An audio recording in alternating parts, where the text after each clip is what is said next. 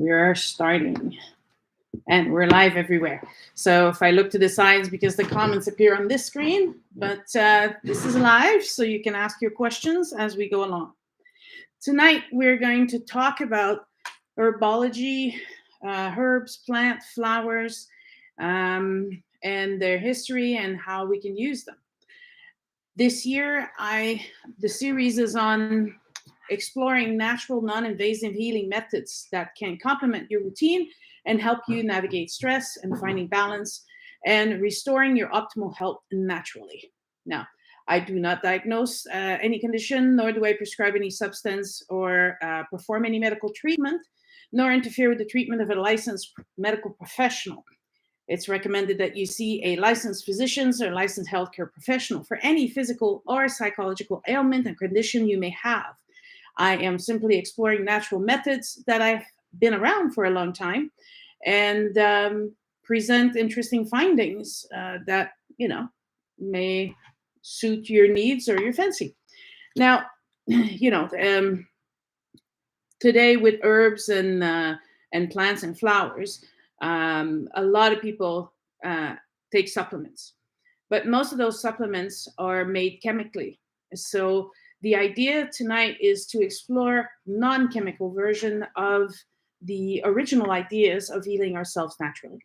So we continue our search into the alternative medicine that require little cost and training, and it can be done by everyone, whether you're sick, healthy, young, or old. So I'm only presenting the basic ideas because there's so much information. I could spend a year just talking about herbs.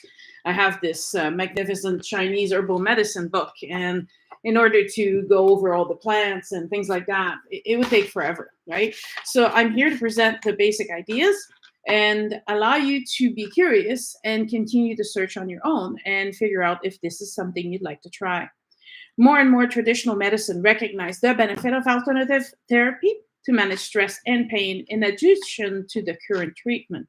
So they can be combined because being natural, they don't harm you in any way.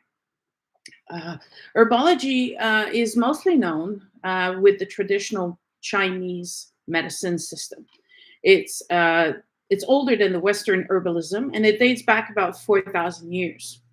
It is part of the traditional Chinese medicine, which means that it's one of the tools that traditional Chinese medicine uses, along with acupuncture, massage, combustion, and things like that. So because it's a holistic medical system, it places equal importance on the patient's physical, mental, and spiritual connection. And this is what I like, right? Because in modern medicine, they often look at your symptoms and they're trying to treat the symptoms, but they don't take a whole lot of time to figure out what causes the issue in the first place. So using herbal medicines from the Chinese traditional system, it's a mix of blends and many herbs specifically tailored for an individual patient. The herbs are often prepared as a batch of herbs boiled down twice over the course of 1 hour. The ingredients from all the parts of the plants are used, including the leaves, the stems, the flower, the roots, as well as sometimes may have some minerals or animal additives to it. This does require training, but is something that people can learn. There are 1 or 2 main ingredients that target the illness, and the additional ingredients aim to adjust the formula so that the patient's specific yin and yang condition. So traditionally, you will go see someone who is well-versed in herbs and be able to make the mixture specifically for you. And I think that's the biggest difference between what we buy on the shelves, right? We buy certain vitamins, they're generics. So they're one size fits all kind of thing, and not necessarily specifically adapted to you. While working with someone who works with herbs, flowers, and plants, the target is to see exactly you as a whole, not just a simple symptom. So in order to know how to mix these herbs in the Chinese traditional system, it does require knowledge and experience because it's complicated and sometimes seems contradictory. And so unless you studied that, it's hard to do that by yourself.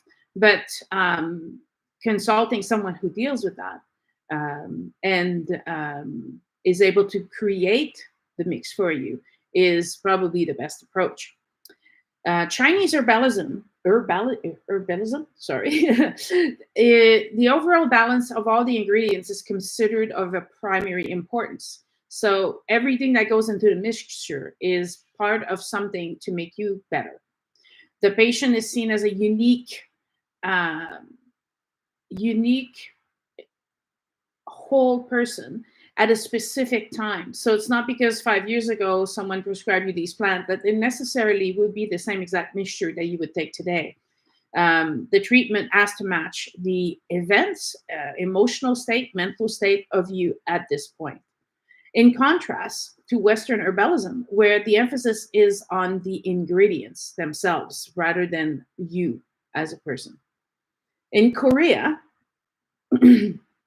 there's a king that mandated Dr. Hyo Junin in 1613 to write a manual that would be easy to use and use medicine and plants that would be easy to find or cost very little, so that the people of Korea could heal themselves without having to spend extraordinary amount of money. I guess at the time there was a scam where a doctor could choose between two different herbs, but they would pick the highest one to make the most money. And the king wanted to eradicate this. And so Dr. Hyo Junin wrote a 7-part book called and I'm sorry for the pronunciation here, but Donggi Bogam. And inside the 7 volume, he talks about internal body elements, external body elements, miscellaneous disorders, and there's 4 books on miscellaneous disorder, and then there's a specific book on herb, acupuncture, and moxibustion. So they recognize the importance of using natural remedies, and if the book was written in a certain way that you didn't have to study medicine for many years, but if you have a fever, this is what you can take to reduce the fever. If you have a cut and you want to prevent infection, this is what you can do. So at the very least, they didn't have to come running to the doctor, and it was less likely, since they were poor, that they would visit the doctor anyway, but it would be less likely for you to lose your life to a mere infection, right? So, and this 7-book series still exists today and has been translated to English, and it's considered a treasure in Korea, and it's still being in use today. So that's how effective and how up to date it is, because the plants continue to grow. So as long as the plants are there, their effectiveness is the same. In Western herbology, the plants have been used for treatment and prevention of illness since prehistoric times, and mostly when we talk about Western herbalism, it draws from the herbal tradition of Europe and the Americas. So it's based on physicians and herbalists' clinical experience and traditional knowledge of the medicinal plants, preserved mostly at first by oral tradition and then later on by written records. I know that the bark, if you rub the bark of a birch tree, it creates a white powder. And if you put this white powder on your face and your arm, it's a natural way to prevent sunburns. When I was in Peru, we were in an area invaded with mosquitoes. And my guide that was with me broke off a few branches, rubbed the leaf together, and then rubbed that on me. And all of a sudden, mosquitoes were all gone. They were staying away from me. There's practical things that people do every day without realizing that it's part of an herbal medicine or a traditional oral tradition of preventing sunburns, cuts, mosquito bites. Eventually, the system evolved in Western herbalism, and it became a branch of pharmacology that deals with drugs that are crude or natural state from the medicinal herbs and plants. There's books a lot of books available. I buy them, but it's important to buy the one for the area that you live in, right? Buying myself a book for Algeria would be of no help because most of the plants that are growing there are not growing here in Canada. But in Canada and North America, there are a lot of books coming out about traditional plant medicine by the First Nations or Indigenous tribes. Those would be good books to have.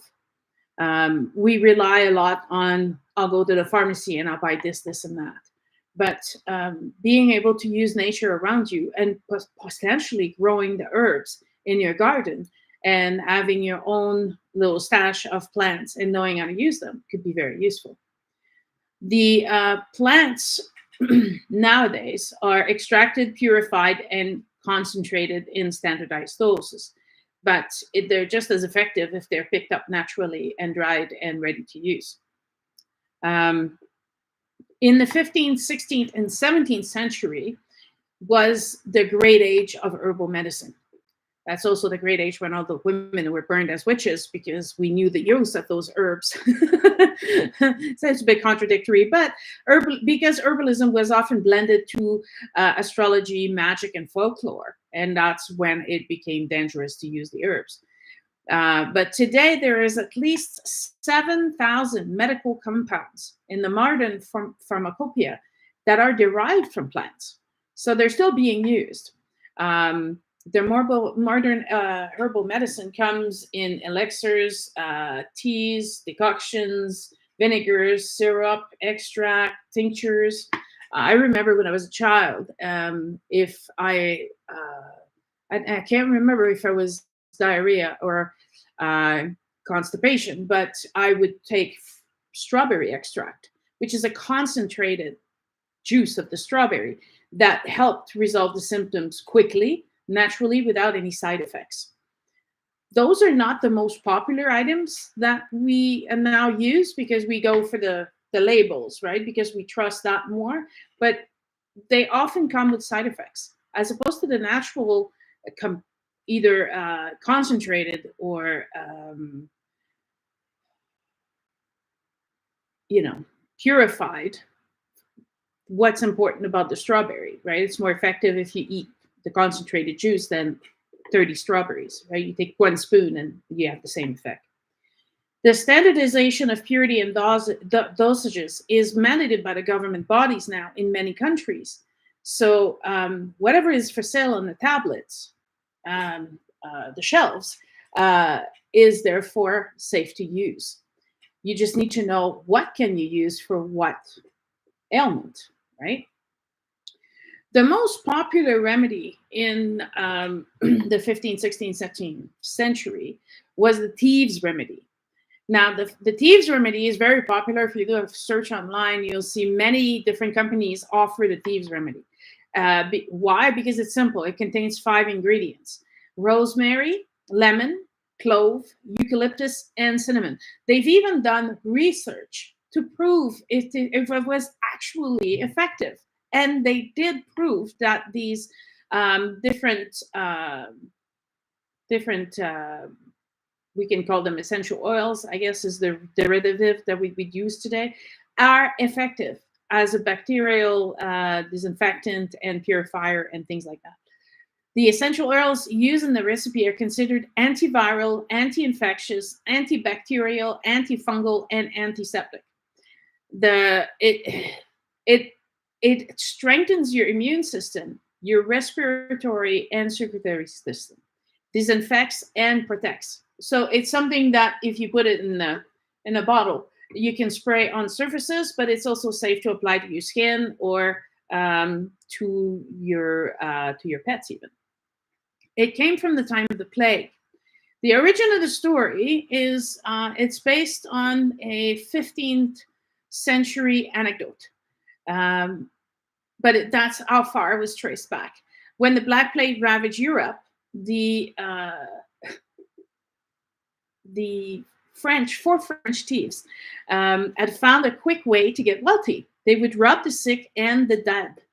And doing so, robbing the dead is considered a penalty of death. But who would go and steal from someone who died from the plague, right? But these four French gentlemen would take all the valuables they could do in exchange for money and food. And they had blended these various spices as they were merchants, but because of the plague, they couldn't be merchants anymore. So they created an oil blend out of the five: rosemary, lemon, clove, eucalyptus, and cinnamon, and they would apply that to their hands, ears, temples, feet, and around their mouth. And the oil protected them from infection. Now, when they were caught stealing from the dead, they were arrested. But the authorities were quite curious about why they would not die. Why wouldn't they get sick? And that, in exchange for their lives and escaping the noose, they gave the recipe. And this is where it became part of history.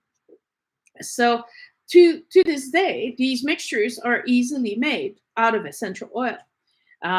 There's many products and books and documentation on essential oils, but not every oil is the same quality. Most oils are meant to be set in a diffuser. And the reason for that is because, and you'll see, if you read the labels on the bottle, they will say, do not ingest, do not put on skin,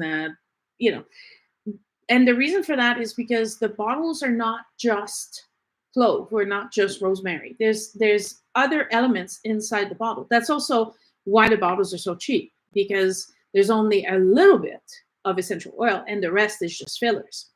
In Canada, only doTERRA brand has been tested and approved for ingestion and application on the skin. Personally, I trust this brand because when I've used the cheaper brands, even in a diffuser, I will get nosebleeds. So whatever it is that they put in there is reacting to my sensitivity. So that's the only essential oil products I use. I also have my own blend of thieves remedy in order to disinfect and clean and also protect yourself from illness. They're fantastic because you can put them in a small bottle and you can put them in your purse. So you can spray that on your hands. And not only does it have all the protection effects, it also smells nice and makes your skin really nice and soft. So there's many, many ways to be benefited by the Thieves Remedy. So make sure that if you have essential oils that you are using, you read the label and you see if it is safe to apply to your skin or if it's just meant for the diffuser. All right. So, and I believe I have another podcast solely on essential oils anyway, so you can look at that one if you're really intrigued by that. And I'll keep going. Now, most of you know I own the Redu Spiritual Wellness Center here in Alberta. So my main job is to help people restore themselves to their perfect health and to be able to find their focus in life and their purpose and what they are meant to be doing. So in order to do that, we worked with the physical body, but we also work with the mental body, the emotional body, and the spiritual body. The spiritual body is very important. And I get off because I take people to Peru and we do the ayahuasca ceremony there. I often get asked, if you're against drugs and you're against people drinking alcohol. So ayahuasca is a drug.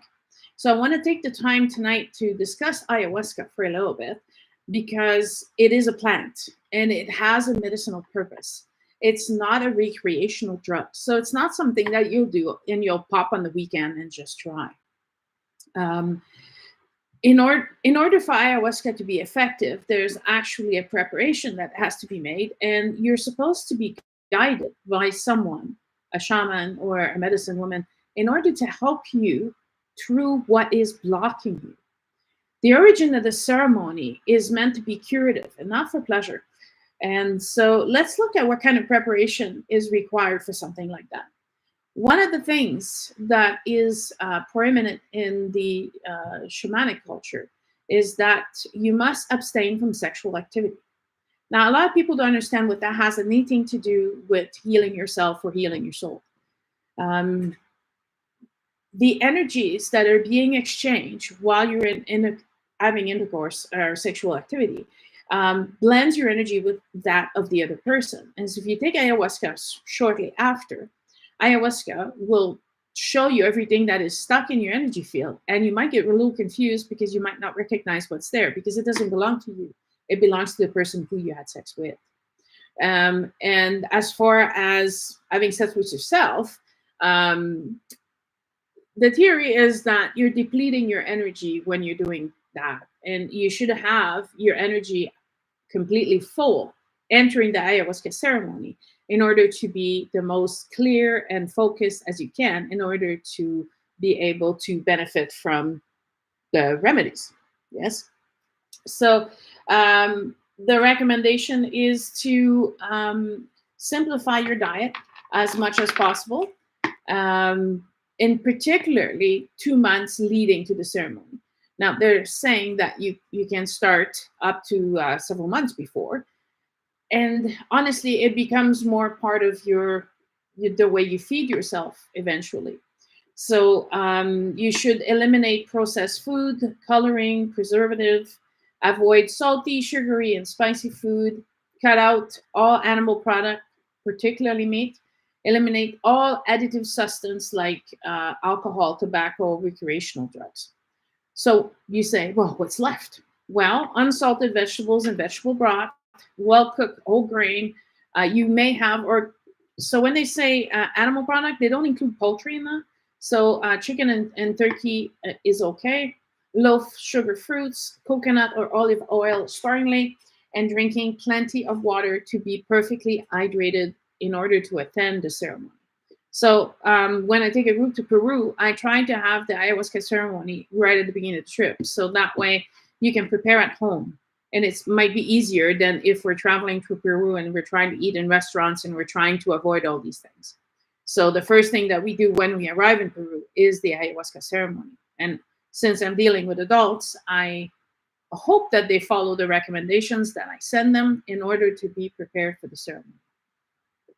Now, the ceremony itself helps you to remove parasites from your body. If you've already prepared your physical body, the spirit of the plant ayahuasca will then focus on your mental body. The liquid tastes like earth and mud, so it's nothing that tastes nice or good. But you don't take a whole lot of it. You take like maybe a half a shooter of a glass. And those ceremonies, I mean, right now, obviously, like everything else, if there's money to be made, there'll be scammers everywhere. So if you're going to enter into ayahuasca ceremony, you should know who you're doing this with.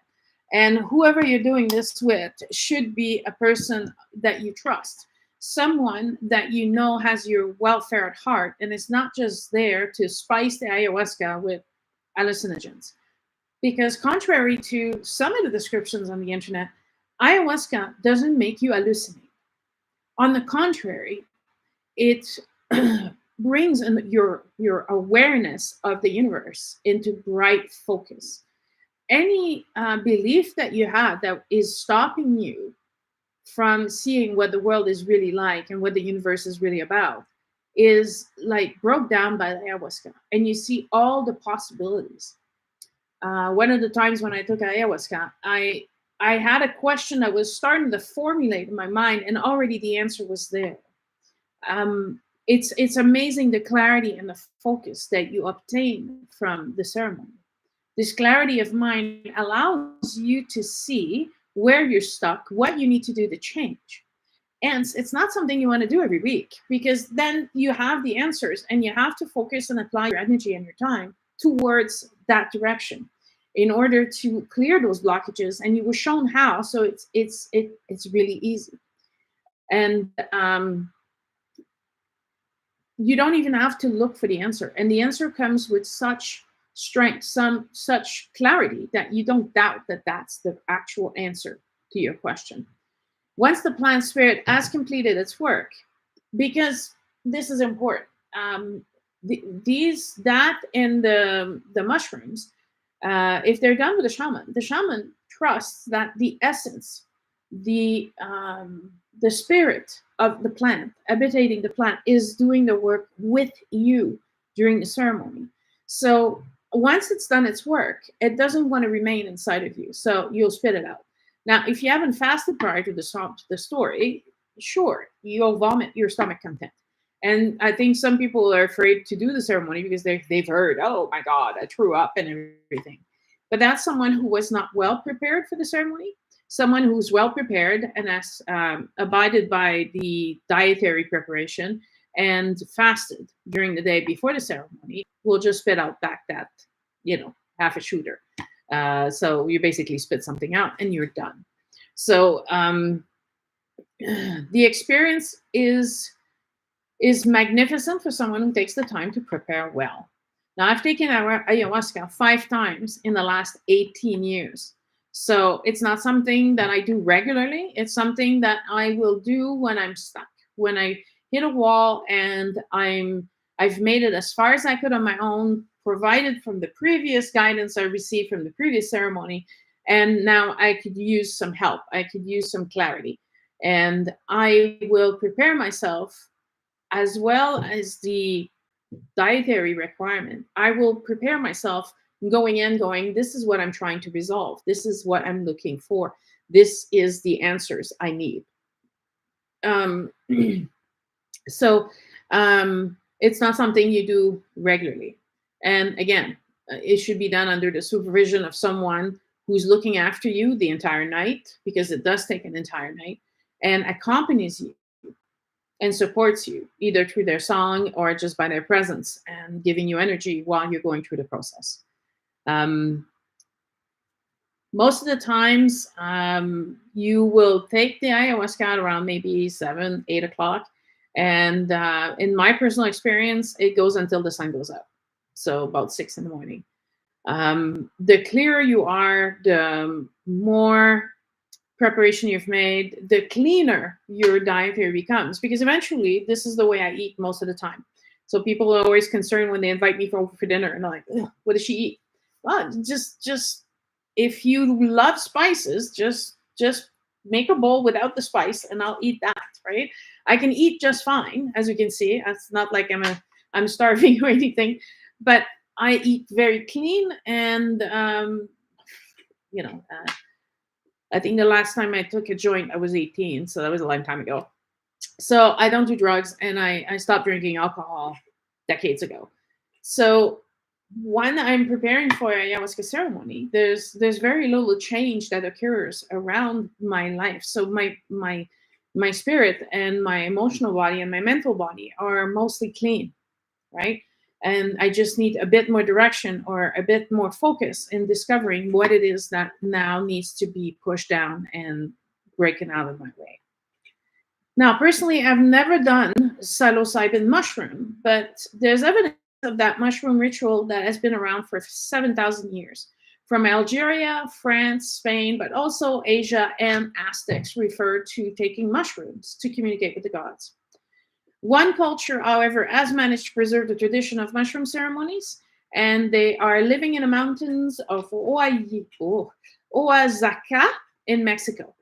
The Mazatec people have successfully preserved the practice of the traditional mushroom ceremonies all the way to the present day. Now, again, the mushroom ceremony is to heal people. It's not used as a recreational drug, and it's always under the watchful eye of the medicine person. Okay? It's always to help you. They feel that if you're being sick, right? And this is a completely different way of looking at the way normal medicine, Western medicine, looks at an individual when they're sick. The thought is something is making you sick. The sickness is a symptom of that. And if you can't figure out in your life what's making you sick, then by taking the mushroom and ayahuasca, you can discover, is it the bad relationship that you're in? Is it that you're in the wrong job and you're slowly dying at your day job and you need to go in a different direction? That's what these plants are used for.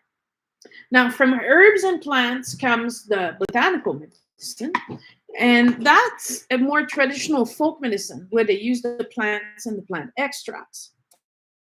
It includes, it's part of medicinal herbalism, but specifically herbs and plants. The plants, they've evolved the ability to synthesize chemical compounds as defense against predators. So certain plants protect themselves. Like we plant certain plants in our porch in order to push away. Hello, Marlene. To push away certain mosquitoes and certain insects. In the gardens, to get rid of aphids, naturally, we just plant different flowers. Certain plants have evolved and developed these mechanisms to be able to protect themselves. And so we're using these compounds as a beneficial treatment for human disease. Botanical medicine is used with knowledge, can be effective, and has generally much fewer effects than regular pharmaceutical drugs. The study of herbs dates back 5,000 years. So we're talking like these systems have been in effect for thousands of years, a long time. And the profound knowledge of hundreds of medicinal plants has been gathered over the century across the world. So again, like I said before, it's good to know where you live, which plants are helpful to you. But it's not a bad idea if you're going somewhere else to visit for long periods of time or decide to live in a new area to look at what is there locally in medicinal, uh, dictionary of plants and their qualities and their helpful qualities. In many cases, it's much cheaper than prescription drugs. Herbal medicines are usually slower, though, and I think that's why they're less attractive, right?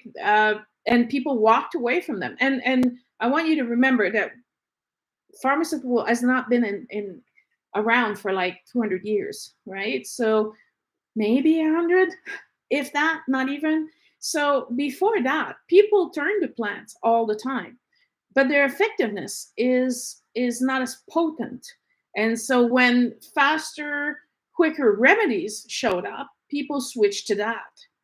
Um, but it's not because they work at a slower pace that they don't work. They do work over time, and maybe that's why they don't have so many side effects. It's because they don't attack your body so strongly. So it allows to slowly restore the balance and the health, especially when it's annoying is when it's something has been chronic and you've been having ongoing symptoms for a long time. So the body's been in balance for a long time. It requires more time to rebalance itself, but it does rebalance itself.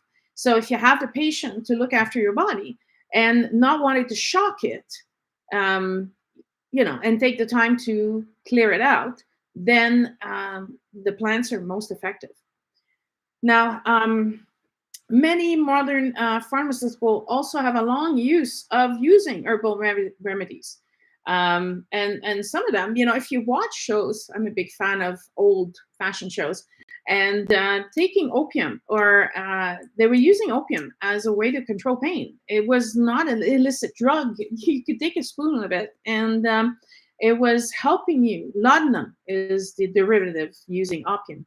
They didn't realize how addictive it was, but it was used as a painkiller. Aspirin, digitalis, quinine are all based on plants. And, there's different other countries that have entire system built around plants, like the Ayurvedic medicine, the traditional African medicine, and of course the Native American medicine, the shamanic medicine. All First Nations, indigenous people all over the world, if they remain close to their tradition, will not use their plants for medicinal purposes. It's part of their daily lives.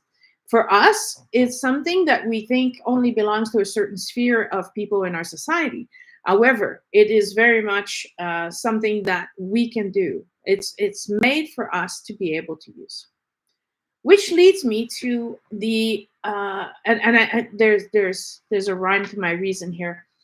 In homeopathy, it's a system of alternative medicine that uses highly dilated preparation of substance. So it's the basic of homeopathy, which was created by physician Samuel Hahnemann, was that there's three principles. He thought that likes will cure like. that the more dilated a remedy is, the more potent it is, and it's illness specific to the individual. Now, he felt that uh, if you diluted a remedy and through several dilution, and you shook it really hard, it would increase the effectiveness of the product.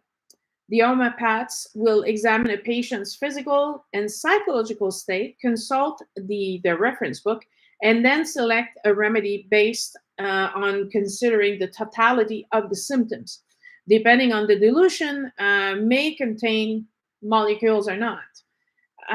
Scientifically, it's not been proven that homeopathic remedies are more effective than placebos. However, the reason why I talk about homeopathic remedies is because of Edward Bach. Now, he was born in 1886 and he passed away in 1936. He was an English bacteriologist, pathologist, and homeopath. He studied medicine at the University College of Hospital of London, and he obtained a diploma in public health at Cambridge. In 1917, Dr. Bach was diagnosed with cancer, and it was removed from his spleen, and he was predicted to live 3 months. But instead, he recovered. Starting in 1919, he started working at the London Homeopathic Hospital, where he was influenced by the work of Samuel Hahnemann. However, he didn't think that fighting a virus with a virus was the proper way to restore your health. He felt that maybe we needed to stop putting in things inside someone's body that didn't belong there, and instead looking at the patient as a whole instead of just the illness. In the following period, during that time, he was a real doctor. He saw real patients. He worked in real hospitals. But in 1930, at the age of 43, he decided to search a new healing technique. And this is really, really interesting because it reaches out to what I said before with the shaman, who thinks that plants and trees have spirits. They can communicate with us. So he decided to spend the spring and summer discovering and preparing new flower remedies, which included no parts of the plant, but simply the energy pattern of the flower. And he was treating patients for free. Now, the Bach Flowers Remedies, at first, were he was collecting the plant's dew in the morning when it was hit by the sunlight. Now, I don't know about you, but that there's not that much dew on a plant every morning. So one has to collect quite a bit. However, how he decided which flower would do what, Bach intuitively derived the conclusion based on the communication he had on a psychic level with the plants. Now, if he felt a certain negative emotion, he would hold his hand over the flowers or the plants. And if the emotion that he was feeling was relieved, he would then associate this plant to heal that specific emotional problem. He also used where the plants grew and eventually incorporated some tree buds and some tree bark into a complete system. So, since collecting the morning dew off the flower became too cumbersome and not productive enough, because quite a few people started to see Dr. Bach because it was working, he collected the flowers. And then there's two methods. Certain flowers are held in a water bowl and they receive sunlight. And then the liquid, the water, absorbs the vibration of the flowers through the sun rays, and that is mixed in with brandy for preservation. And that's called a mother tincture. And then after that, it's further diluted into prescription bottles. Much like the idea of the homeopathy, he believed that water could retain the original vibrations. And so even though it's diluted, it permeates the entire content of the bottle. So if you've ever watched vampire movies, you know, they throw blessed water inside of a big tank and they start the sprinklers. Uh, the sprinklers are automatically, the water becomes automatically, hello from Peru, automatically blessed because it's mixed with the blessed water. And to further emphasis on how water retains energy, the research, yeah, I talked about this before, right? Where there's a Japanese gentleman, of course, his name escapes me right now, would take drops of water and put words on it and then freeze them. And the positive words that everybody would think is positive, like love, generosity, and compassion, would form the equivalent of magnificent snowflakes. However, the negative word like war, injury, pain, death would be murky. So there was no difference in the process of any of these slates that were frozen all at the same time from the same water source. So there's no explanation other than the fact that just having the word close to the water affects the way the water freezes patterns, and so the vibration of the water. And so based on all that, he was convinced that by using the flower's essence mixed in with the water would retain that vibration, and then it's being preserved in brandy. The effect is maintained and can be distributed in smaller dose. And for those of you who are interested in Lemuria, flower essence were a common way to heal people. That was part of the healing system. Different flowers would have different effects on the body, and they were used to readjust someone's resonance and magnetic fields. So he's a real doctor, so he understands, you know, the theory of germs and defective organs and tissues and all that. He understands all that, but he wonder how come this same people are exposed to the same pathogen and one becomes sick and the other one is unaffected. Technically, if everybody is touching the germ or everybody is in presence of the infected person, everybody should be sick, but only certain people fall sick.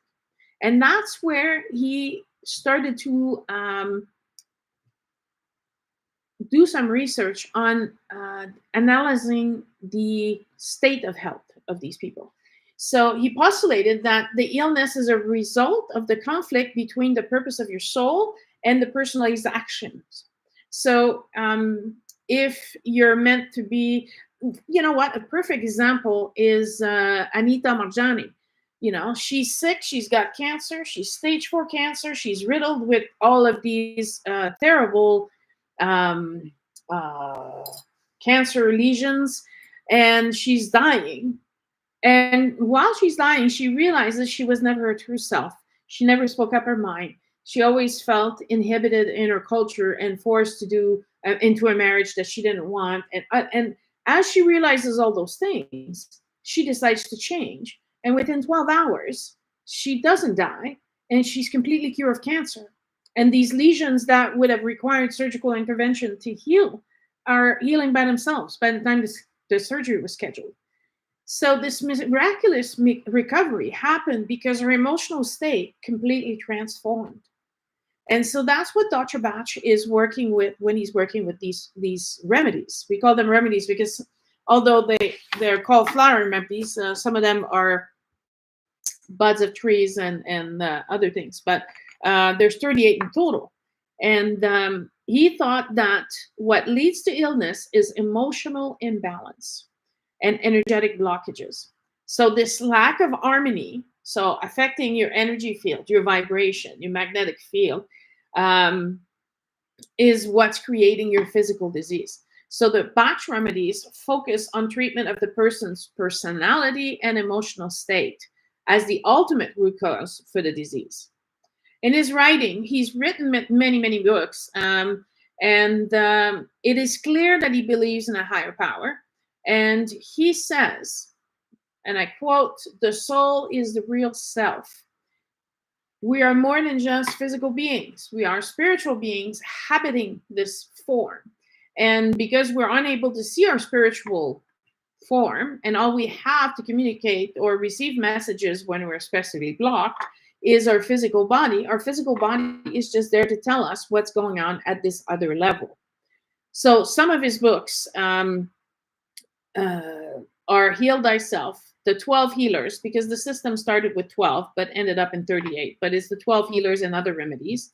Ye suffer from yourself and free thyself. I mean, it's very clear that he believes that we are the masters of our own destiny. And he wanted to tell the people this and explain his system and explain his flowers and explain how to use them. Just like our Korean doctor who wrote the magnificent 7-part books for the people, Dr. Bach tried to emulate the same thing. And I'm not sure that he knew about what happened in Korea in 1600s.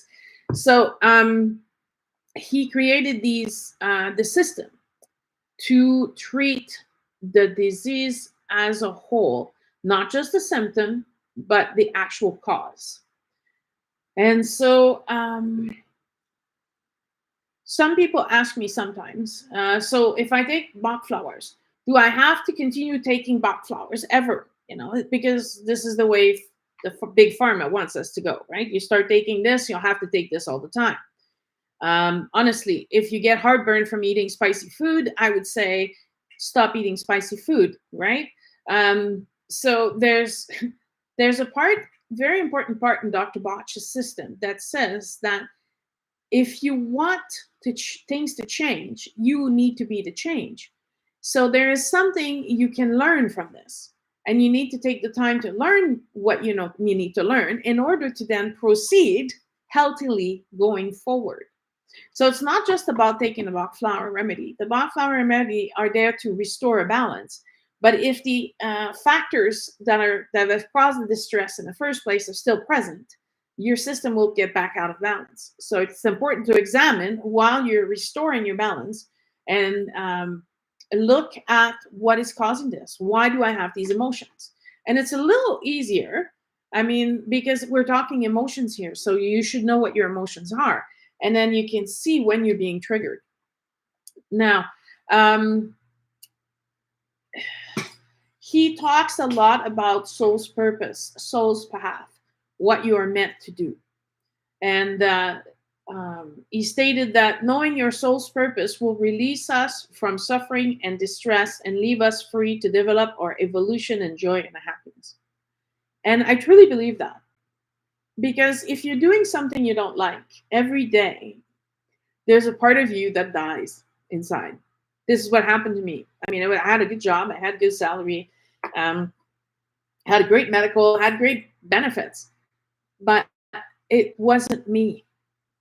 So doing something that you love, doing something that you have passion for is what triggers the happy hormones, but also the happy fluctuation of your resonance, your energy inside of you. And so it can lead you to a bad place. But in order to get there, if you're depressed, if you're hopeless, if you're fearful, if you're worried, it's hard. And so Dr. Bach used the flower to help you rebalance that, to help you refocus, realign yourself, and maybe choose a different path. So how do we know? Does he have an idea on exactly what happens? Now, for those of you who follow me, and I've heard me talk about the 7 sins before, and how I explain that this is what wrecks a human being and detaches you from your spirit, interestingly enough, Dr. Bach believed that the primary disease came from pride, cruelty, self-love in a narcissist way, right? Not self-care, which is important, but more, being in love with yourself in a narcissist way, ignorance, instability, and greed. So then he actually gave us the pathway to say, if that causes you disease, to counteract those actions or those emotions that are creating the disease, you should be instead trying to follow the will of Creator or your soul's purpose, and present with humility and kindness and love and care for others, and be part of a community. To read, research, and learn. No one is no one is unable to learn. Maybe you had a lot of stress around learning when you were younger. Maybe you thought you had difficulties. But if with the Bach flowers, we can remove your anxiety and we can remove your low self-esteem and allow you to now read and learn and research, there's a complete transformation that can take place. You can find your fashion, you can find your purpose, you get to know who you are. And I think that hopefully one day, me or someone else has enough influence to tell people who are educating young children that they can learn to read at 8, but they need to learn who they are first. They need to learn kindness. They need to learn honesty. They need to learn to manage their own emotion. If they're upset, they should be able to have a way to deal with it. I don't know, but when I was young, I got up, I walked to school, I came home, I maybe had an activity once a week. I was pretty laid back. I still had time to read, entertain myself, play outside. I had a way to manage my stress and my whatever pressure maybe I felt at school or elsewhere. Nowadays, kids are being rushed out of the house. It's always go, go, go. They come home from school, they run from one activity to the next. They eat on the go. They don't have family meals anymore. Their stress is compounded and they have no output for it. And maybe they play sports, but sport might be a new form of anxiety for them because they have to perform. They have to do this. They have to do that. And they can't manage. And eventually the surplus of emotion just becomes too much. And that's what people will say, they're acting out. Well, not really. They just have all these emotions and they have never learned how to deal with them, how to express them, and how to manage them, and how to soothe themselves with these emotions. So being able to know who you are is part of your journey towards your soul's purpose. Now, most of you are going to say, well, I know who I am. Yeah, you know your name, you know your date of birth, you know your address, you know your social insurance number. But who are you really?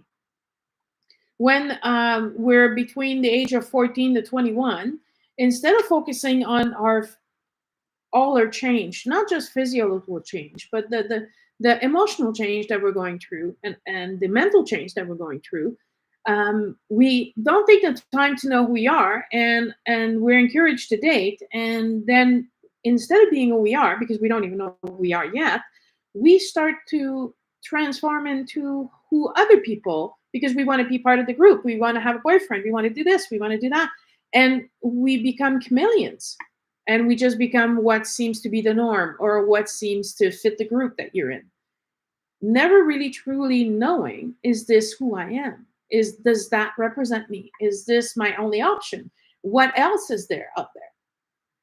So respecting your individuality, in order to do that, you have to discover it. And once you discover your own individuality, you can finally see in others that they are unique in their own way, that they have their own talents, their own gifts. And through that, you can see the connection. You see, we can't all be cookie cutter made copies of each other. We are each different, and we are each on the planet at this time to bring a specific thing that only us can bring. And we don't all have to be, Dr. Pasteur or Marie Curie. Maybe what you need to bring is in your community is an awareness. It's taking care of the environment, and that contribution would then affect your future generation and have a huge impact that you never saw coming. So the Bach flowers help you develop yourself in order to free yourself from boundaries that may have been inculcated by old beliefs or a certain community or culture, allowing you to be you for who you are, loving yourself. And if you love yourself, you'll respect yourself. And then everything starts to change. Everything starts to shift. So Dr. Bach believed that the Bach flowers were an emotional system, yes, but a spiritual healing. He died in his sleep on November 27, 1936, at the age of 50, much, much, much later than he was told he would die. But before he died, he did complete the Bach Flower Remedy system with a total of 38 remedies. So if you guys wonder what that looks like, I have it right here with me. That is the complete 38 bottles. So each of these bottles have a specific flower or element in it. So this one is beech, right? So we have aspen, beech, agrimony, century, serrato, cherry plum, chestnut bud, clematis, holly, hornbeam. So there's 38 of them in total. He wanted to create a system that was simple, easy to use, so everyone who had the remedies in the book describing the properties of each of these bottles could use it for themselves. So he said, treat the person, not the disease, and treat the cause and not the effect. Treat the cause, not the effects or the symptoms. So it doesn't matter what you suffer from. What's important is how do you feel about it. And it's interesting because when I started working with Bach flowers, I'm a practitioner, and I would ask people, so how do you feel? And what's the automatic response that everybody says to you? I feel fine. Okay. Now, but you say you don't sleep well. No, I don't. And then they start describing their symptoms. And you have to go back to, so how do you feel? And for one person, being sleepless is because they are anxious. Some other people will be worrying about their children, grandchildren, whatever. Another person is losing sleep because they are fearful of something, a meeting the next day. So you're all losing sleep, but not everybody is losing sleep for the same reason. You all have your own emotional cause that's preventing you from falling asleep. Now, this is a simple example of how these flowers work. So you can't take a remedy for sleeping. You'll look to the remedy and look, I feel anxious. So which flower can help me with that? So one of the remedy I want to talk about, because most people know this one, it's the rescue remedy. This one can be found in any health food stores. Most pharmacies will have it. But they think it's because if you're going to get a cold, you take the rescue remedy. It's not quite how it works. The rescue remedy contains 5 basic flowers. It contains rock rose to alleviate terror and panic, impatient to mollify irritation or impatient, clematis for restoring focus and attention, star Bethlehem to ease shock, and cherry plum to calm irrational thoughts. So it's not the one you use for a cold, really. This is the one if you are under a lot of pressure at work and you're running late, and this will help you rebalance yourself before entering the meeting. If you've been in a car accident, the rescue remedy was actually created by Dr. Bach when he was living on the coast and there was a capsize and sailors were pulled out of the cold water and they were in shock. And that's what he gave them. So this is based on what's inside, right? It's a huge drama just occurred in your life. You just hear that your child was in an accident, that your father just passed away, that you have a terrible illness. These shock create an emotional shock. That's when the rescue remedy is handy and fits the purpose. The rest of the system is separated in 7 different categories. So there's the fear category. There's the uncertainty category. There's the lack of interest in the present circumstances category. So either you're living in the past, you're living in the future, you're just not here. Loneliness, oversensitivity, despondent and despair, and overcare for other welfare. So instead of caring for yourself, you keep worrying about everybody else. Within these 7 categories fit the 38 remedies. How much time do I have? I have time. Good. So let's take fear as an example. There are many types of fears. Anxiety, something is bothering you, but you can't quite put your finger on it. In that case, you take aspen. Aspen will make you feel secure, safe, and more aware. There's no reason to be afraid right now. It's also good for nightmares. Unknown fears, lack of control or losing your temper is a fear for some people, right? They need to control everything, and if things seem to get away on them, their emotional state gets unbalanced. Cherry plum is good. It allows you to be in control. Now, being in control could be you have an exam to take. Being in control could be you're going for a job interview.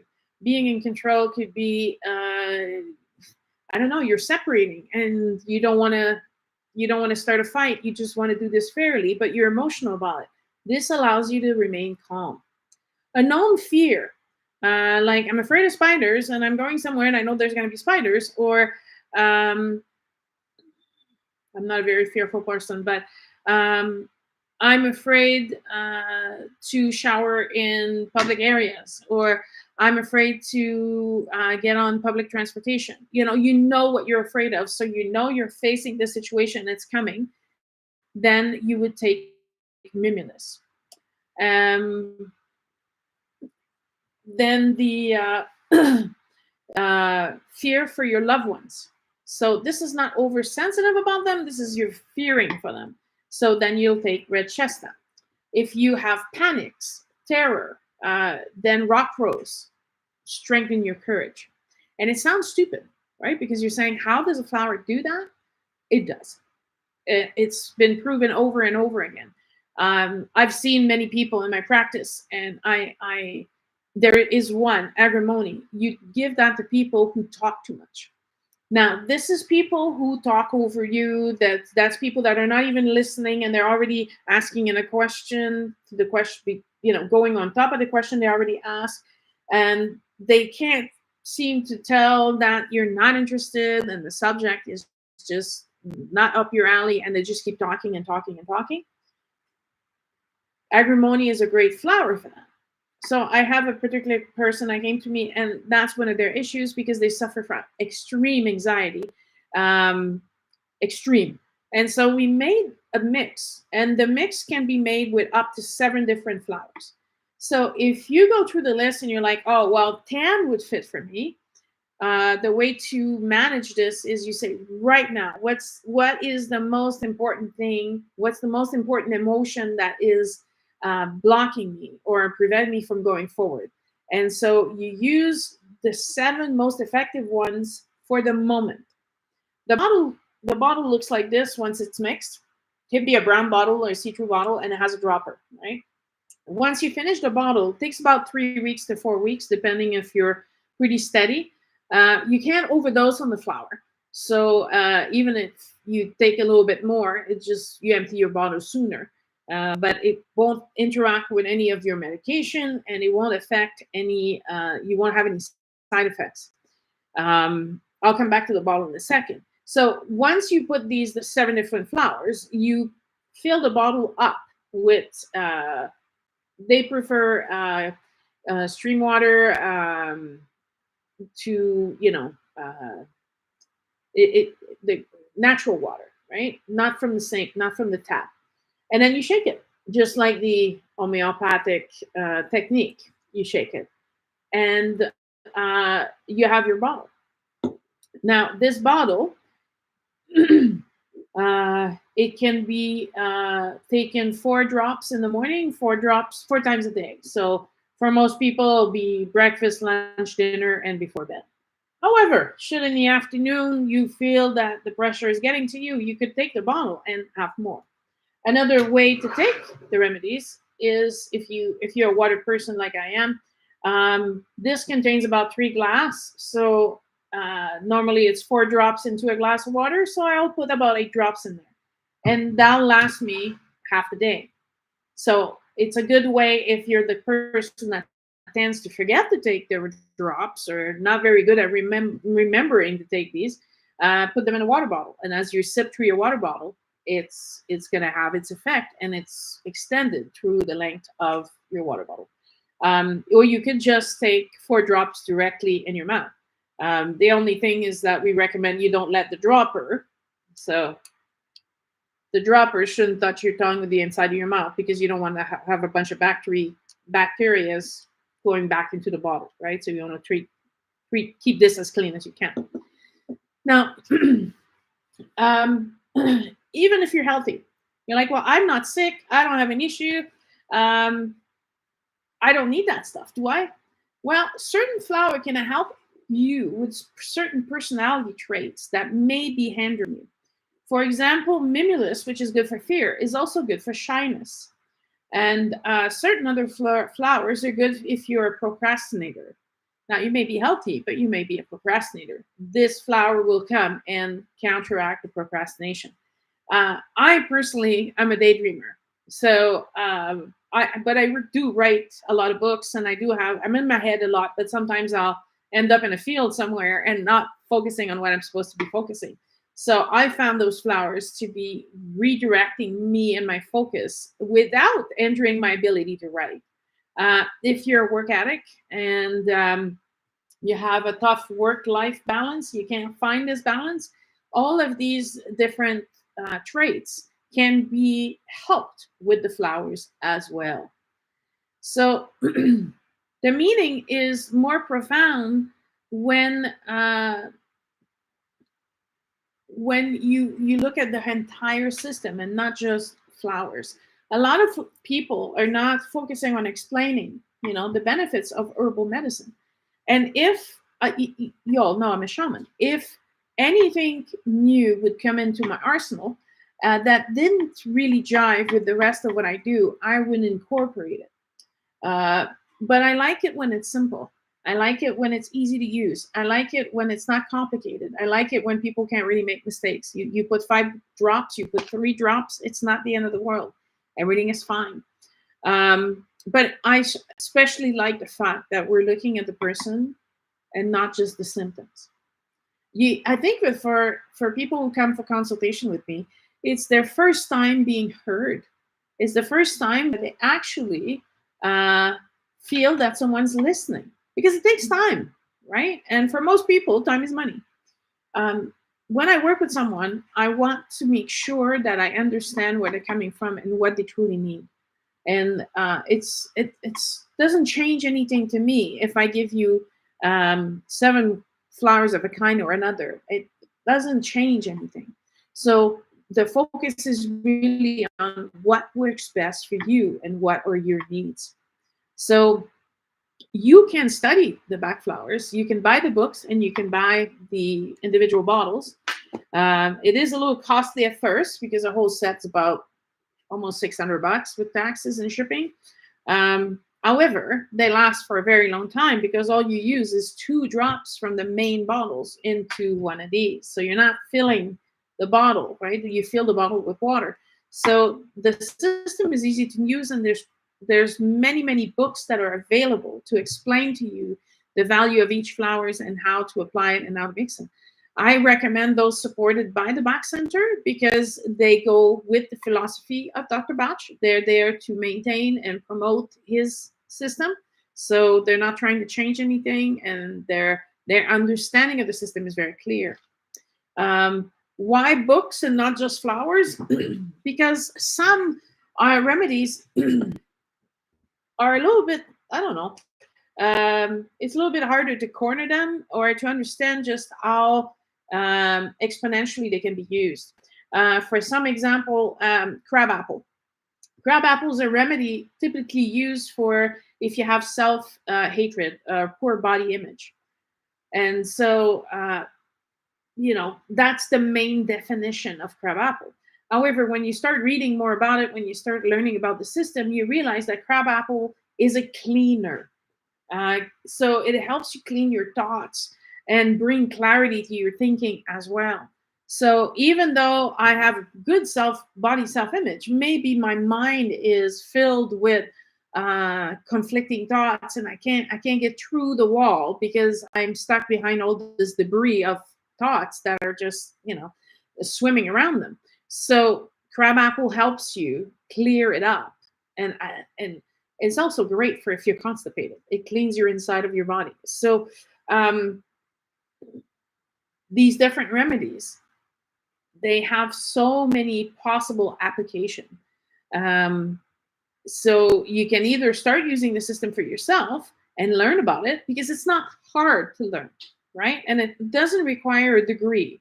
It doesn't require you to spend years.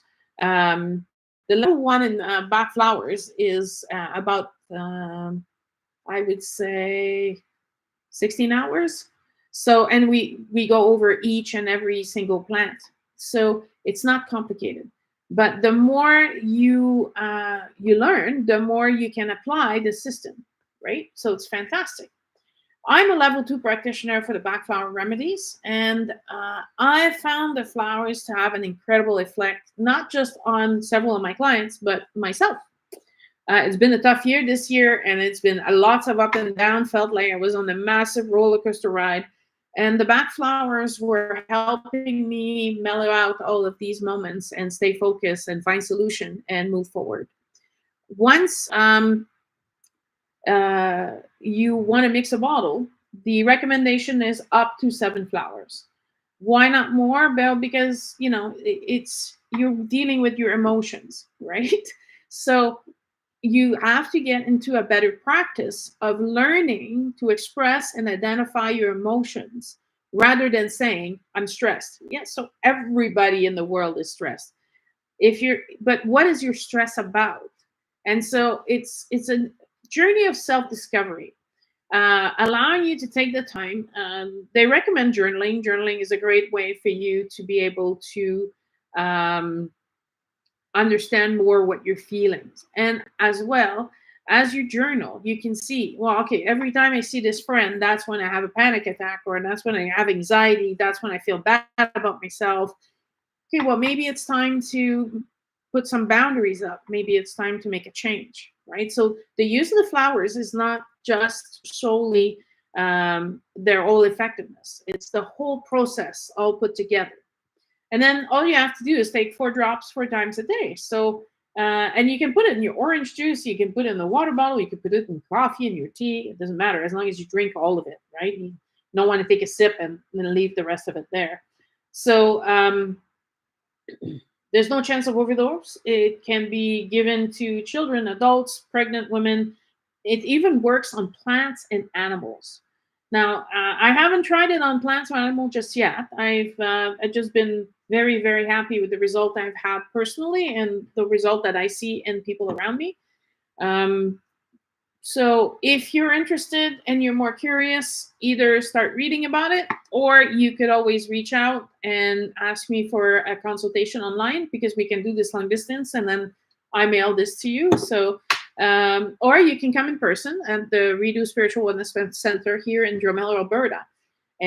Or you find a local person that has the Bach Flower Remedy and is a provider of the mixture. There are some all over Canada. There's not a lot of teachers all over Canada, but there's plenty of people who are able to provide these personalized mix for you through a consultation. So I don't have any questions. I got lots of hearts though, so this is nice. So is there anything that you are curious about? And if you want the referral from my Chinese medicine book, I get these things in like secondhand bookstore, because I like the very, very old books, the ones that were used mostly early century, before anybody. Hello, Nia. Sorry. They're not common books. The books that I possess, they're quite old. So I find that there's treasure gems that came around at around the 1890s to 1920. Great. There was a great movement that somehow seemed to bless you too, seem to be have interfered with the development of this spiritual healing, natural alternatives that were growing in movement. So so I'm sorry I can't give you those books, but any book recommended by the Bach Center are easy to order online, Amazon, or directly from the Bach Center. The books written by Dr. Bach, Free Thyself, Heal Thyself, all of those are available as a free resource on the website for the Bach Center, Mount Vernon in England. So that's a great place to start, because I like to give you all references that don't cost you more, so that if you don't have a lot of money, it'd be better to spend the money on the actual remedies than everything else. So the more resources I can give you for free, the better it is. So those are the place I would refer you to. So it's 8:15. We got a few minutes left. Would anybody else ask a question? Although it's nice when you guys say hi, so I know you're there, because it doesn't always give me how many people are there. So I only find out after. So if there's no more questions, I will let you go. I'm in the process of finishing up my book on narcissism. It's coming out very shortly here. And I'll have a video, I'll have a YouTube on July 8th to share with you guys on what the book's all about. But quickly here, we're going to be, I'm talking about what is narcissism and what it looks like when your mother or father was a narcissist, what it looks like to have someone be in a relationship with someone. So it doesn't have to be a love relationship, it could be a boss, could be a family member, someone in your entourage who's a narcissist, and what that does to a person, and what are the ways to heal from that. And as a special request, someone asked me to talk about how do you deal with a narcissist that you can't completely cut out of your life, either because you share custody or because they're your boss or a family member. So that's the content of the book. And we're almost done. We're in a final editing process now, and it's going to be out by July 8th. Next podcast will be the last Wednesday of July, and we will talk about posture, adjustment, and movement. We covered movement previously, but more about like chiropractor, craniosacral, osteopaths, and that kind of stuff. So I hope to see you there. And remember to subscribe if you have not yet. We're trying to get our numbers up so we can do this live on location, because otherwise when I travel, I can't make those. So I love to see you there. If you're watching this video after it was aired, if you leave comments, I always take the time to reply to either the questions, or even if you just say you loved it, I will say thank you, just to show you that I care, because I do. So all of you take care. You have a good evening, and we'll talk to you soon. Bye-bye. Bye.